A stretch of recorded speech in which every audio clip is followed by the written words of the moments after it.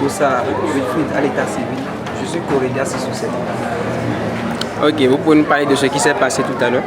Nous avions eu à présenter une pièce de théâtre qu'on a dénommée, intitulée La sentence du trône. La sentence du trône, c'est une histoire d'un roi qui a la suprématie sur son royaume. Donc quand il dit oui, il n'a pas de non. Quand il dit non, il n'a pas de oui. Donc c'est lui qui a l'autorité souveraine.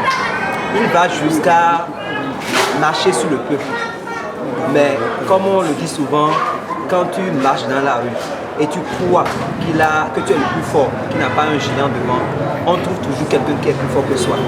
Donc il a trouvé son homme, un homme qui est encore plus grand que lui, c'est-à-dire le Seigneur, qu'il a réduit pour lui dire en fait, le pouvoir il a eu grâce à Dieu, donc il devrait s'humilier, se donner totalement à ce Dieu-là pour que le royaume soit en paix.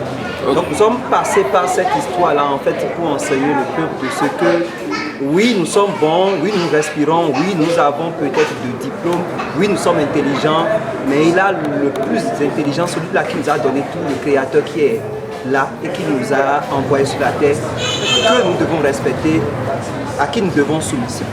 Ok, merci. Et qu'aimeriez-vous dire à celui qui va regarder cette vidéo dans les prochains jours? À celui qui va... Et un conseil, quelque chose qu'il peut utiliser à long terme, qui peut le changer sa vie? Oui, nous on a dit pour nous, on s'est plus basé sur le roi, mais au-delà du roi, il a quand même les serviteurs. Quand vous êtes quelque part et vous voyez que ce que l'autorité fait, c'est vrai, on ne peut pas dire non à l'autorité de façon brutale, mais il faut quand même rester en esprit, prier pour que la situation puisse changer. Parce que, écoutez, on ne peut pas accepter souffrir pour longtemps.